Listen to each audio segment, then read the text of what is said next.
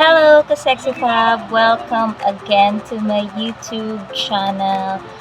And for today's video ay ipapakita ko sa inyo yung aking shop. So, inulit namin yung arrangement or nagbago kami ng arrangement. So, pasensya na kung medyo maingay kasi nga, di ba yung sinabi ko sa inyo sa previous vlog ko na sa tabing kalsada tayo, so marami talaga mga dumadaan sa sasakyan, kaya maingay. So, ngayon, meron akong i-share sa inyo. So, pwede nyo rin itong gayahin or baka naman magka-idea kayo or gusto nyo rin gawin sa shop nyo, pwede naman. Ayan. Pansin ko nga medyo matagal na rin yung arrangement namin and boring na siya katagalan, kaya napag-desisyonan namin ng ate ko na ibahin naman yung arrangement sa shop para naman pagpasok nating mga customer, iba naman yung ambience dito sa loob ng shop.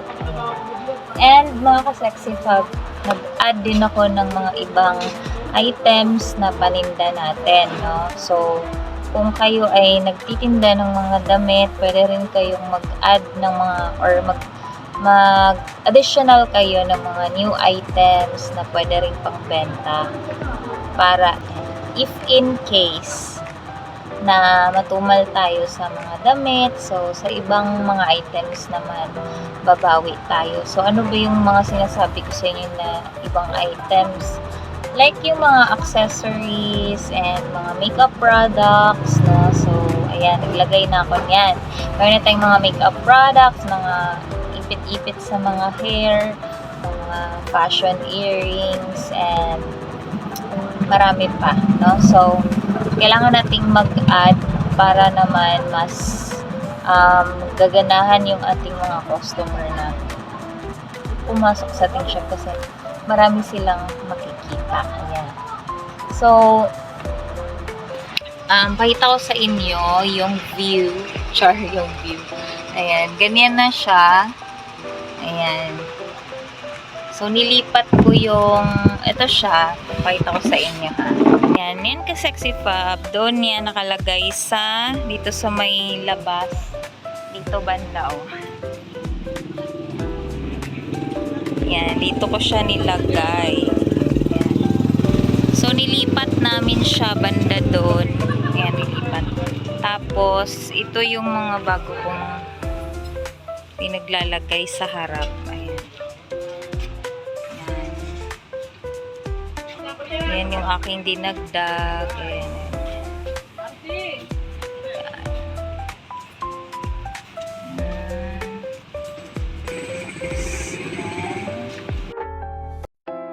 So, marami na talaga akong nadagdag dito sa aking shop ka-sexy fab. So, meron na tayong mga makeup products, meron tayong mga high quality na earrings, Bangkok earrings, makeup brushes, no, may mga blush on, mga lip tints, lipstick, eyebrow, mga relos, ladies bags, men's bags, at abot sa labas yung ating stocks ka-sexy fab, no? Marami din tayong mga wallets. And dito naman sa loob, andito yung aking mga trousers, mga Korean skirt na sexy, at yung mga high quality natin na bags sa harap, and mga dresses, cords, mga ladies tops na sexy tops, and magaganda yung fabric niyan ka-sexy fab. And yung ating mga plus size na mga blouse, meron din tayo dyan. Syempre, dapat meron tayong mga mannequins para mas more catchy and attractive yung ating shop. So, kailangan natin i-maximize yung ating space, kailangan natin masulit yung ating rent, kaya kailangan marami tayong mga ideas, strategies, no, para naman mas attractive talaga sa paningin ng ating buyer yung ating shop, no. So, dapat more creative tayo sa arrangement, and of course, yung packaging maganda, yung presentation maganda sa mata.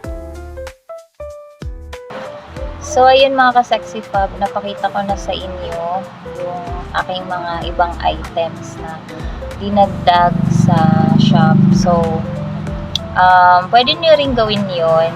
No? Halimbawa, halimbawa meron kayong business like mga damit, no? So, pwede kayong mag-additional ng ibang items para naman mas maingganyo yung ating mga customer at mga buyer na mas bumili sa inyo, no? Kasi pag marami kayong paninda, iba't ibang items, so mas marami silang pagpipilian.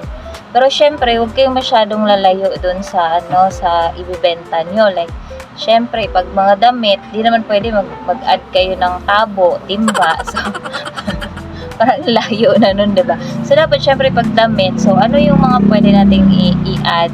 So, pwede tayo mag-add ng mga accessories. So, ano ba yung mga accessories? So, marami naman, mga fashion earrings, mga relos, mga eyeglasses, makeups, no? And basta related about fashion, no? Mga bags, ganyan.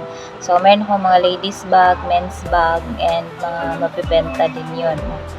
Kaya, pag merong mga ganun kayo, so, syempre, kapag medyo mahina tayo sa mga damit, so, pwede tayong bumawi dun sa mga iba nating items, 'di ba? So, yun yung strategy ko, no? So, kailangan lang talaga na maglabas tayo ng puhunan, no? Hindi naman pwedeng puro save lang tayo pag nakabenta. So, kailangan natin siyang ipaikot or ibili natin siya ng ibang paninda para dumami siya. So, ganyan yung ginagawa ko. So, every month meron akong pagka nakabenta tayo, no? Nag-a-add ako ng mga ibang items, and ayun, marami pa akong mga naisip na mga items na idadagdag ko dito sa aking shop. Ayan, so by the way, paki-follow ng ating Facebook page, Sexy Fab Apparel. Ayan, i-follow nyo ako dyan, mga ka-Sexy Fab.